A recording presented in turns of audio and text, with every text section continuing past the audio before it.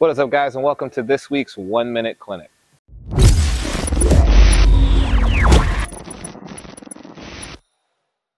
And before we get started, guys, if you're new to the channel, don't forget to like and subscribe. The channel is growing. I'm super excited to help more and more people. We're actually almost at 10,000 subscribers, which is super exciting.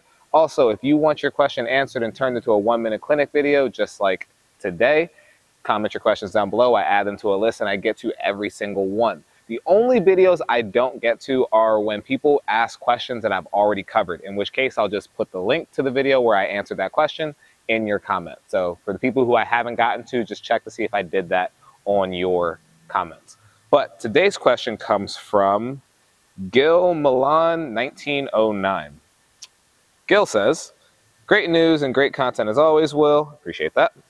"It would be fantastic if you make a video explaining the proper footwork for all kinds of balls on the one-hand backhand, wide, short, deep, low, high, and the proper footwork for transition to the net. Keep it going. Cheers." Easy enough. I can do that. But what I'm going to do so that this is relevant to everybody is I'm going to do the footwork framework for all of the shots really fast. And I'm going to do it on the forehand side and the backhand side. And I'll highlight it if there's a difference between the one-hander and the two-hander. But for today's video, it's going to cover all the footwork for every situation on the baseline and transitioning to the net. I'm going to try and do it as quickly and clean as possible. So let's get 1 minute on the clock and start this week's 1 Minute Clinic. Before we get started, guys, I want to highlight an equipment need, or actually an equipment not need. When you practice agility things, I see a lot of people say, hey, should I use a ladder to go through different footwork patterns, footwork drills? Ladders are great except for one thing. Ladders do not actually help you move on a tennis court for two reasons. One, and this is the most important reason, most people when they go through a footwork ladder, they look down. And when you're playing tennis, you look forward. So you're actually training yourself to move in a way that does not make sense. Also, tennis is an open-ended movement sport. So even though you're going to have specific ways to move, the way that you get from point A to point B is going to be completely subjective on your own level of movement and the needs. Plus, usually your movement level is going to be farther than the range of a traditional tennis ladder. So if you want to use those things for a workout and just agility practice, that's fine. But I recommend using cones that are going to mark where you start and where you go to. That way you can actually practice proper distances that you cannot cover with a tennis ladder. That being covered, now we can get to the footwork patterns. So when you are moving on a tennis court, amazingly, you can cover most of the usable distance within 2 steps. Obviously, you can take more steps to make the shot more effective and clean, but in any situation, even if it's all the way out to the singles line, most people can cover that distance by having like a good, strong 2 steps out here. So I got to this cone in 2 steps, which means the ball would have to be literally on the singles line for me to not be able to reach it.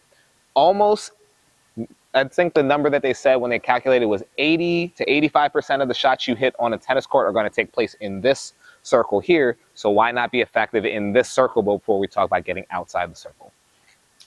Every step that I take is going to be within 2 steps, and going out to the side, anything inside is going to be just smaller versions of it. So for example, going all the way out to the cone would be 2 strong steps here, and I'd land in an open stance. But if it was closer, I might only have to go 1, 2.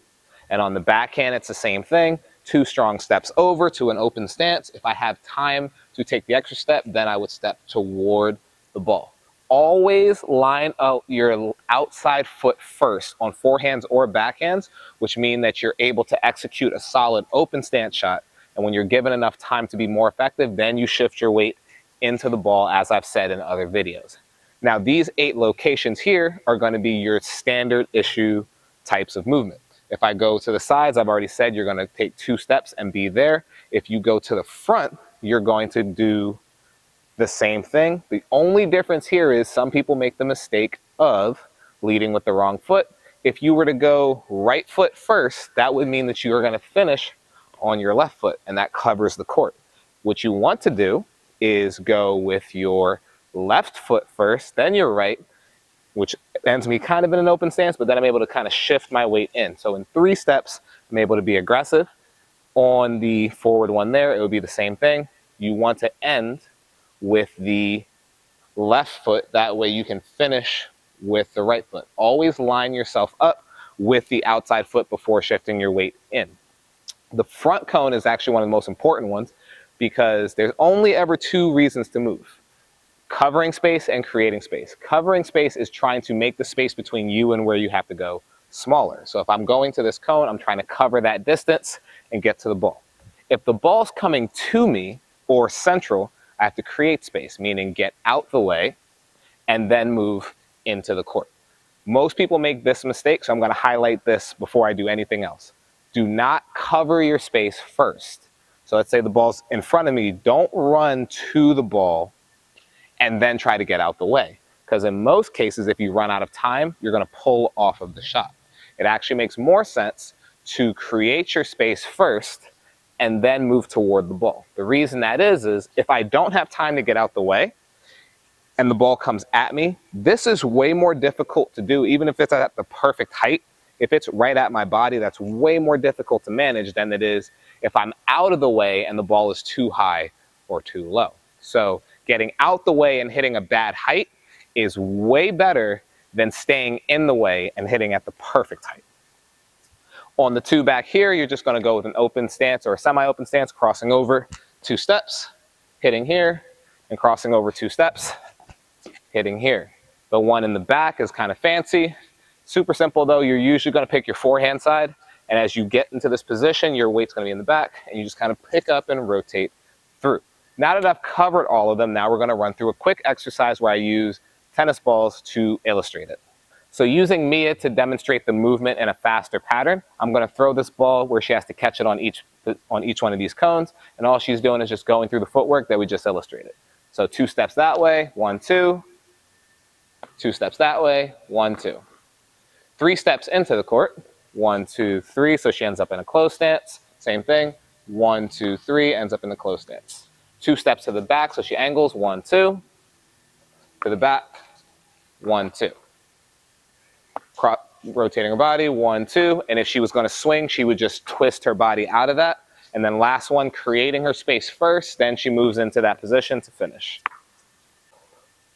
So while Mia's grabbing her racket for the next set of exercises in which we're just going to shadow the footwork by itself, the only thing I'll highlight here is when you have extra time, you can add steps, except you want to make sure that you don't take so many steps that you end up eating up all your time.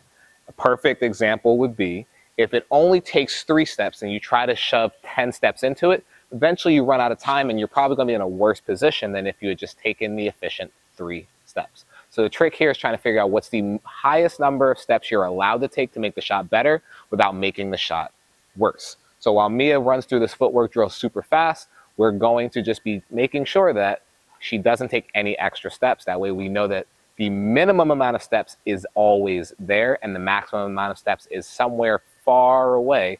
And if she decides to, when she's playing, take an extra step or 2, she's nowhere near the cap of where she should be. Go.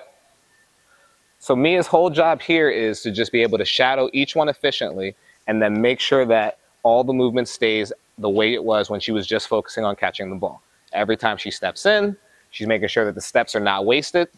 She's making sure that every time she moves backwards, she angles her body so she's able to rotate. Then she's also making sure that every shot that she goes for actually feels the way that she has to if she was on the tennis court.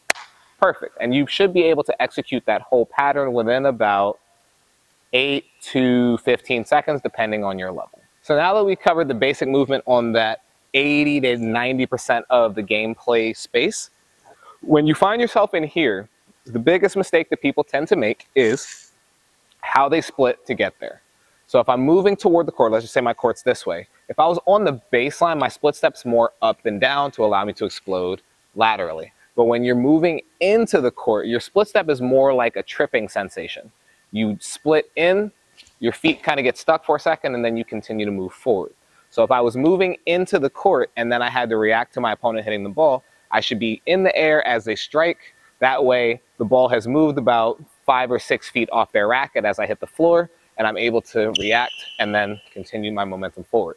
Like I said, big mistake people will make is move into the net, go up and down, and then that forces them to almost have to move their momentum laterally, forcing them to swing as they go to hit the shots. So if I was going in for a volley, I would literally just hit this tripping momentum and then take my step there, or likewise going through on the forehand side. There's not much footwork to teach when it comes to volleying. I'm not one of the people that says you have to step in every time you volley.